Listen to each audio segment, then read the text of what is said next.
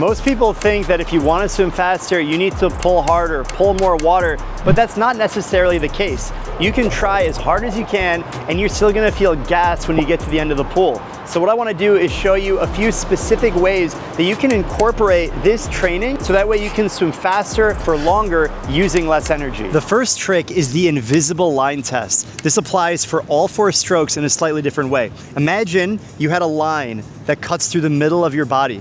You're not allowed to cross this line.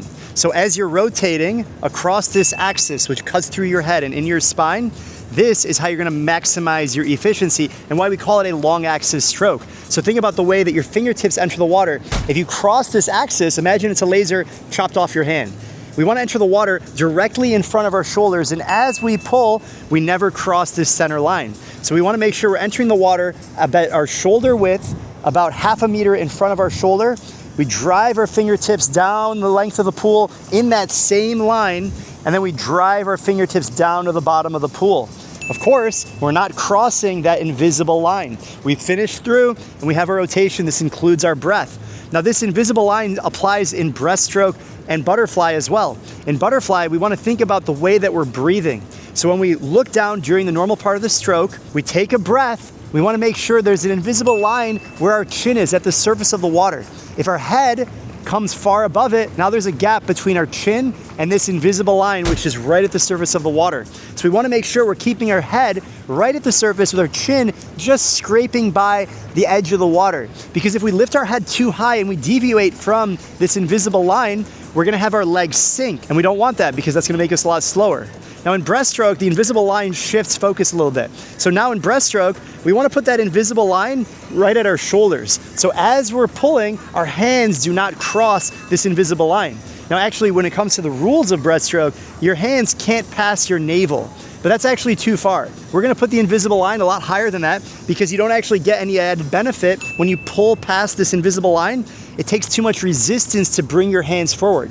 So when we swim breaststroke, we pull and we stop at this invisible line, which is about where our nose and our shoulders are. We stop there, we bring our hands back to streamline. So think about this invisible line when you're swimming, whether it's butterfly, breaststroke, backstroke, or freestyle. Make sure you're not crossing this line and you'll be a faster swimmer. You wanna make sure you're kicking from your core. A big mistake a lot of swimmers make is a bicycle kick.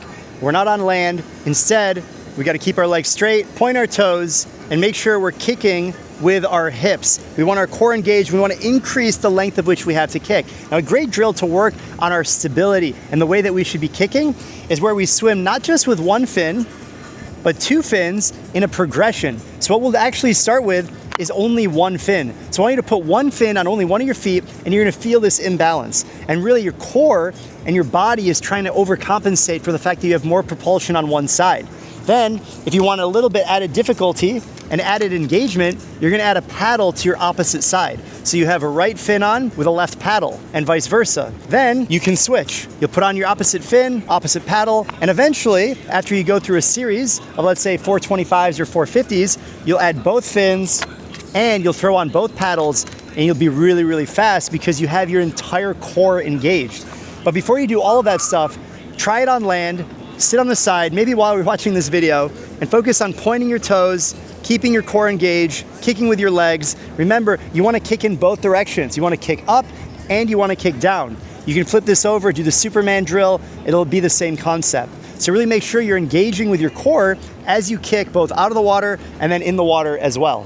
Fundamentally, there are only 2 ways to get faster at swimming. You can decrease drag or increase propulsion. Remember, the water is 800 times more dense than air.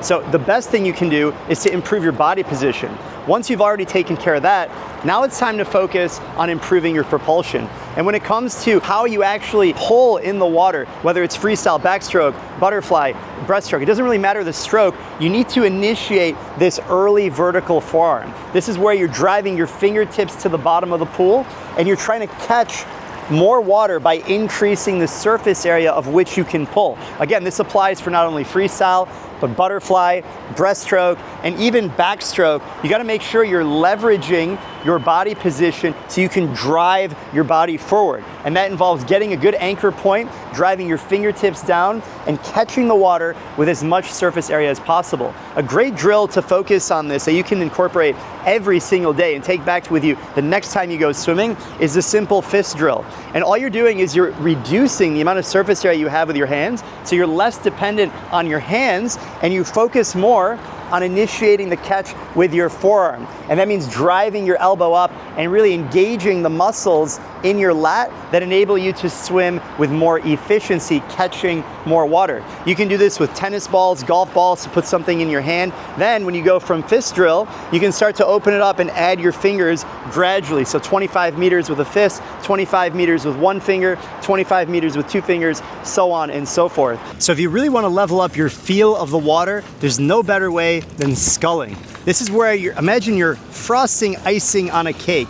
You're developing your feel, not your pulling strength. So we don't want to engage our lats. Instead, we really want to activate our forearms. Think about spreading that icing on the surface of the water. A great way that you can practice this to start is simply treading water. So instead of doing small baby pulls, instead, use your big hands, build that feel of the water, and then gradually lean into your stomach where your face is in the water. From there, you might add a snorkel, add a little bit of a kick or a pull buoy to keep your legs floating, and you want to do a front scull. When you're doing the front scull, your hands are above your shoulders, and you really want to focus on driving your fingertips down to the bottom of the pool. The more vertical you can make your forearm, the faster you're going to be. And then as you progress from up here, you'll move to your shoulders, and then from your shoulders, you can actually push down past your hips, and there are a lot more complex variations of sculling if you want to go down that path. Let's go down that path. You can actually flip it in reverse, have your hands above your head with your feet leading. This is a lot of core stability, and you have to have a very strong feel of the water. When you watch someone doing this reverse sculling from the hands above the head, it's truly impressive. A more easy version of that is where you actually laterally scull. So you're sculling and you're actually moving to the side. You want to feel like you're sitting in a chair, your core is engaged, your knees are up, and you're actually pushing yourself to the right side or the left side. Remember, you're not taking actual pulls, you're sculling the water and really maneuvering yourself within this medium that is 800 times more dense than air. One of my favorite things to do to improve my swimming, and also athletes that I work with, is called silent swimming. This is where you're really engaging all of your senses and really listening to the water when your fingertips enter. Because if you have an efficient stroke, you're not going to make a lot of noise. But this goes well beyond just using your ears and listening to the noise that your fingertips make when you hit the water.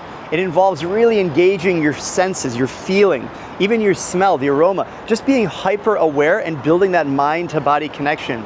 So whether you swim 425s or 100 at the end of your session, you want to make sure you're finishing the workout the way that you want to start the next workout. And one of the best ways that you can do that is to engage all of your senses. Really focus on thinking about your fingertips entering the water gently, not displacing a lot of water, not creating a lot of splash. And as your fingertips slide under the water, you can feel your body exhaling, your nose exhaling that carbon dioxide. You initiate that catch. You can actually see what your hand is doing as it pulls under your body, that high elbow catch. And as you rotate, you can feel the power of your hips rotating through.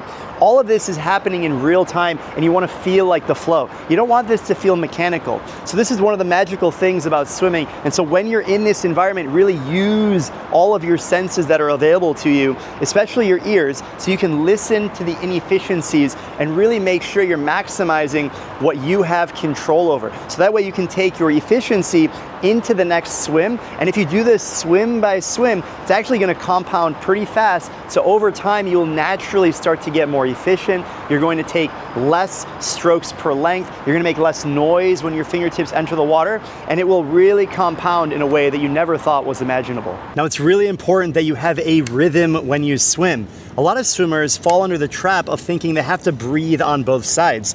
And whether you're just getting started or you've been swimming for decades, it's actually better to breathe on one side. So instead of bilaterally breathing, just focus on one side that you feel most comfortable. And every now and then, it's good to incorporate some bilateral breathing, whether it's in a warm-up set or some kind of a preset. But most of the time, maybe 90% plus, it's totally fine to focus on breathing on one side. That way you can build a rhythm, whether it's a gallop.